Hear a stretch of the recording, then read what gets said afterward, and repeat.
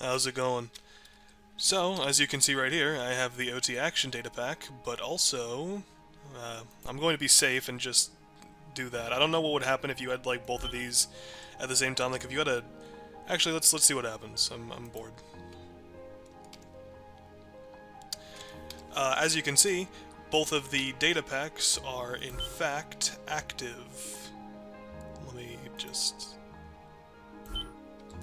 Yeah, see? We have both of these.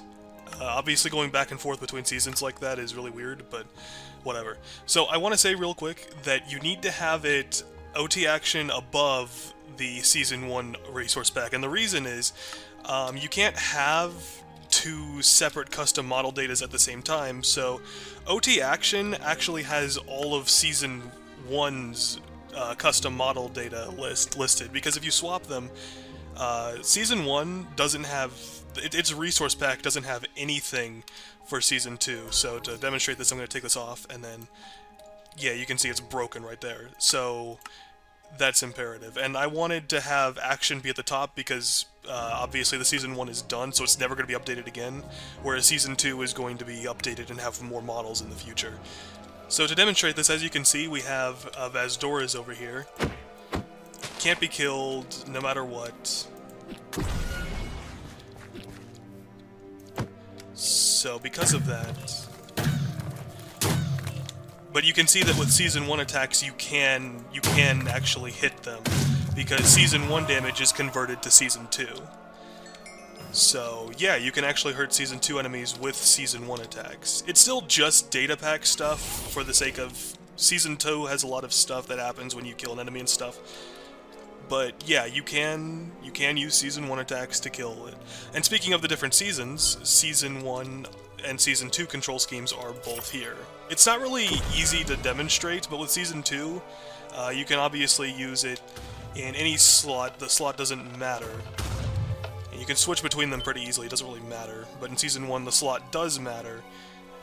So there you go. And in Season 2, you press F in order to initiate the attacks, and in Season 1, you right-click, or sneak to right-click, or, you know, whatever. But also, if you want to access Season 1 commands, then you type in OTIF into Fire, and then for Season 2, it's just regular old OT. So that's good. None of the commands overlap, nothing really overlaps. Season 1 had a major code rewrite because it was originally OT, I'm sure you remember. So real quick, adding a couple tags in here, you can see that now we have Cursed Vilgax, one of the major additions to Season 1. If you turn into if you turn into Gax twice, 2 or 3 times I believe, then you summon him. There's also a crafting recipe, it's probably going to be in the description. But yeah, as you can see, the bosses for Season 1 now have health bars, which is very cool.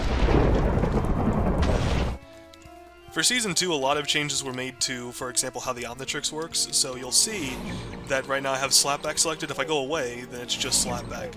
Still, originally it would just pick a random alien whenever you go up, but here it, like, remembers the alien that you were just on, and then it goes away. You can also hear that, like, there's a little sound for it and stuff, and if you press F while you're doing this, then you'll spin the core like this, and it'll land on a random alien.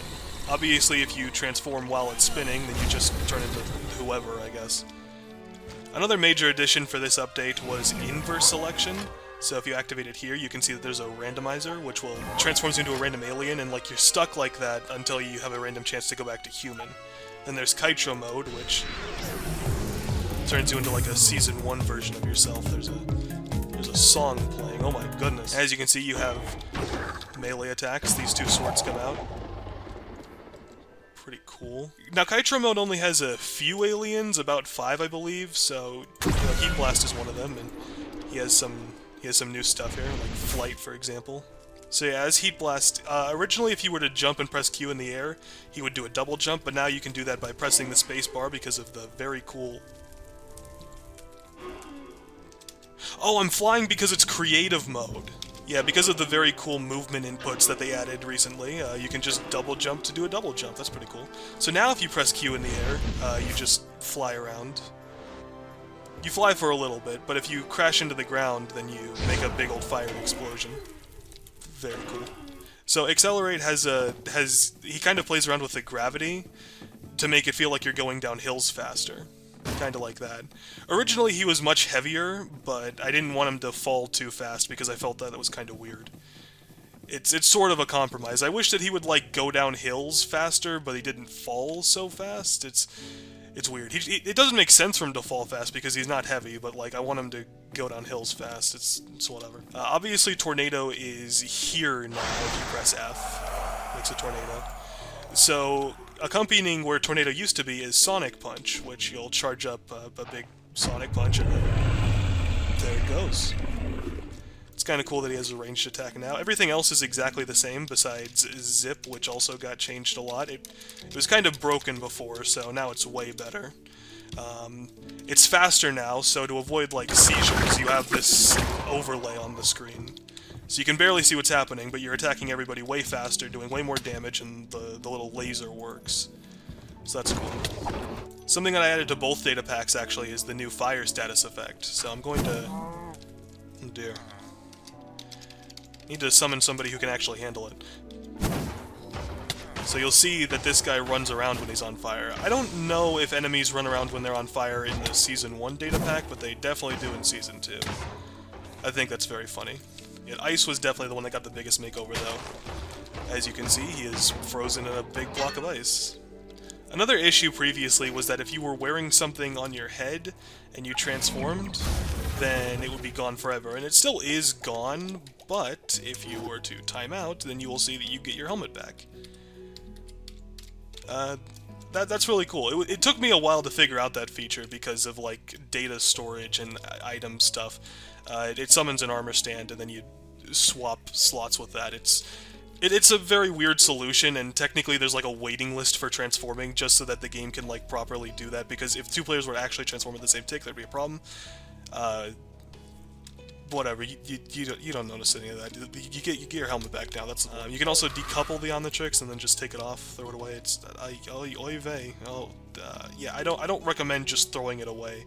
So unless you want to lose it forever, keep it in like a chest or something. Don't go throwing it around. You can also do a camo mode. So if you're in the 8th slot, it's visible, but if you're not, it just disappears. So is there anything else in here?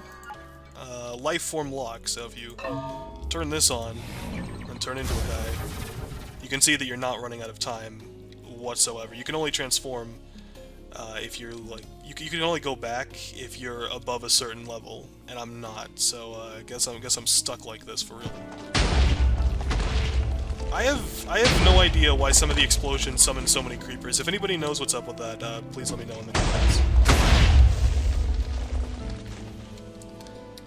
But yeah, that's about it. The data packs are in fact compatible now. They both had a lot of work done on them. I'm sure there's like a million things I'm just not mentioning. For example, like, oh, did you know that Wildvine can like camouflage himself? It's true. Like, look right here. If you do this, and then look out, you can see that you're invisible now. And only if you're not against it do you go like he can camouflage.